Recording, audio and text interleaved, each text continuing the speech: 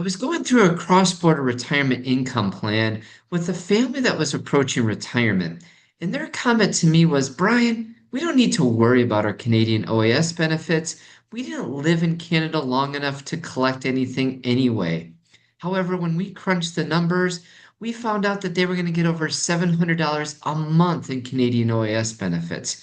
Today, we're going to talk about how much you may receive from Canadian OAS as a U.S. resident. My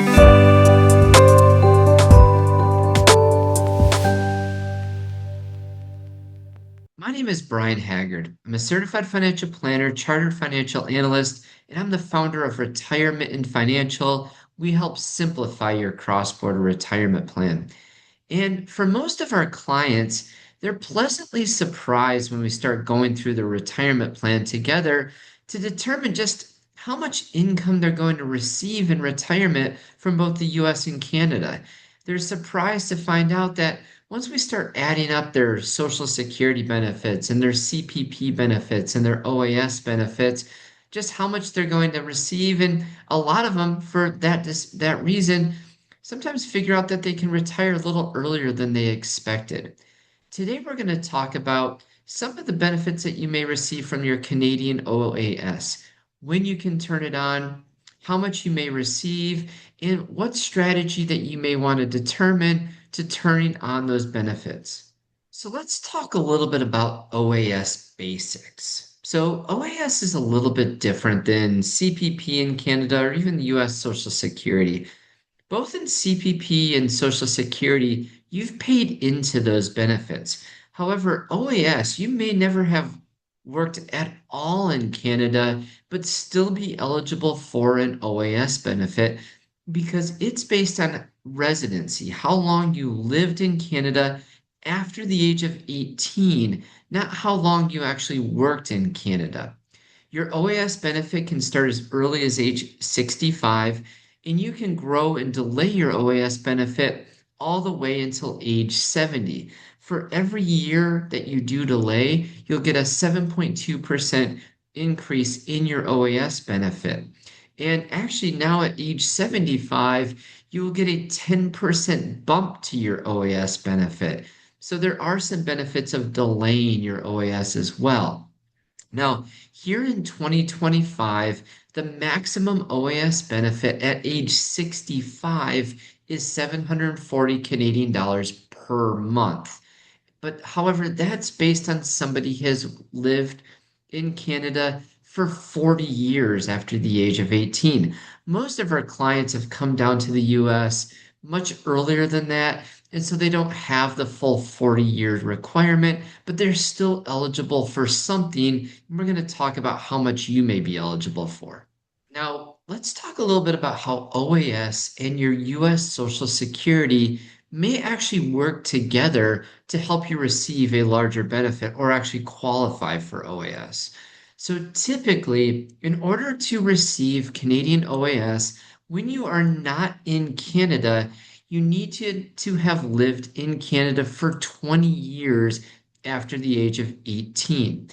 However, because of this US and Canada totalization agreement, it can actually be a little bit easier for you to qualify for an OAS benefit. As long as you have lived in Canada plus paid into US Social Security for a combined 20 years, then you'll actually qualify for an OAS benefit. So for a lot of our clients, maybe they've lived in Canada for 15, 16, 17 years after the age of 18, and they may be told by Service Canada that they don't qualify for OAS. Maybe they've read some pamphlets online that they don't qualify for OAS. However, if they've also worked in the States and paid into Social Security, there's a really good chance that that person will qualify for an OAS benefit. For example, if you've lived in Canada until you were 33 for 15 years after the age of 18, and then moved to the US and maybe you worked here for 15, 20 years, you would be eligible for an OAS benefit. However, if you lived in Canada until you were 35 for 17, 18 years after the age of 18, and never worked in the US, you would not be eligible for an OAS benefit in all likelihood if you're retiring here in the US. So the US Social Security can help you qualify for an higher for an OAS benefit. Now, a lot of times people ask us, well, does my Social Security time worked here in the US, paying in a Social Security, give me a larger OAS benefit? And that is not the case. It may help you qualify for an OAS benefit, but we don't use those years working in the United States to give you a larger OAS benefit. And that's what we'll talk about next. So, for a lot of people, the question is, how much am I just going to get from Canadian OAS? And it's based on, again, how many years you lived in Canada after the age of 18 and when you begin your benefit as well. As I mentioned before, you can start as early as 65, but you can delay and grow that benefit all the way up to age 70. So I have an example here of different start dates and based on how long you had lived in Canada. So you can see somebody who lived in Canada for 10 years after the age of 18, as long as they worked in the US for at least 10 years or more, they would be eligible for a benefit of $185 Canadian at age 65, and they could delay and grow that benefit all the way up to about $250 Canadian if they start at age 70. And you can see as a person has lived longer in Canada, the more they're going to get. If they lived in Canada for 20 years after the age of 18, you'd be eligible for up to a $370 a month benefit at 65.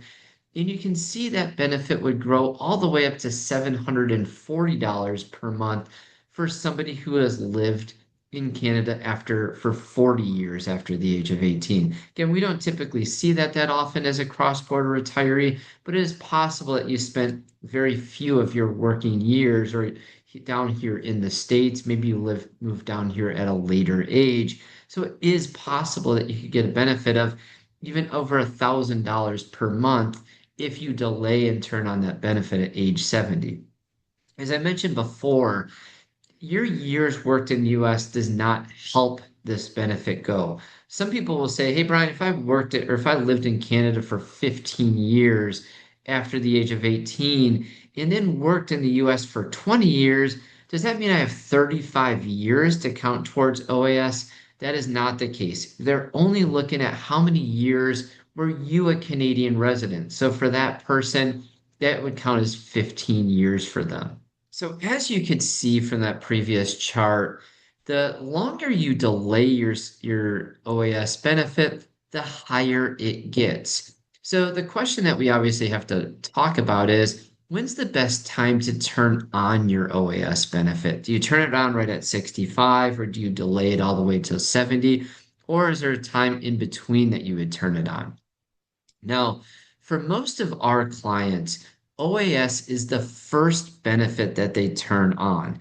So if you kind of look at Social Security, CPP, and OAS, OAS, in my opinion, is the least valuable of the three benefits that you may have. And why is that? The reason it's the least the least beneficial is it grows at the slowest pace. CPP actually grows by over 8% per year that you delay it. Social Security is delayed, it grows by 8% each year that you delay after age 67. So OAS is growing at a smaller pace.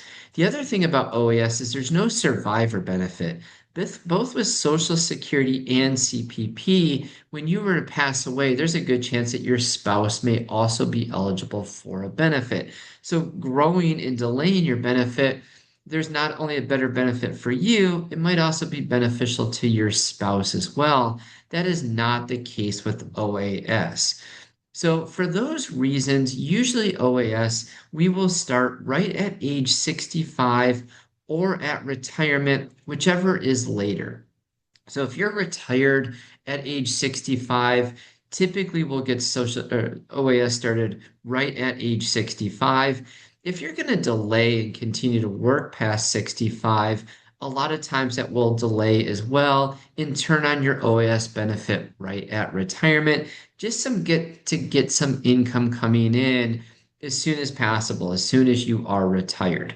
Now, I mentioned before that you can use Social Security credits or Social Security years worked to qualify for OAS.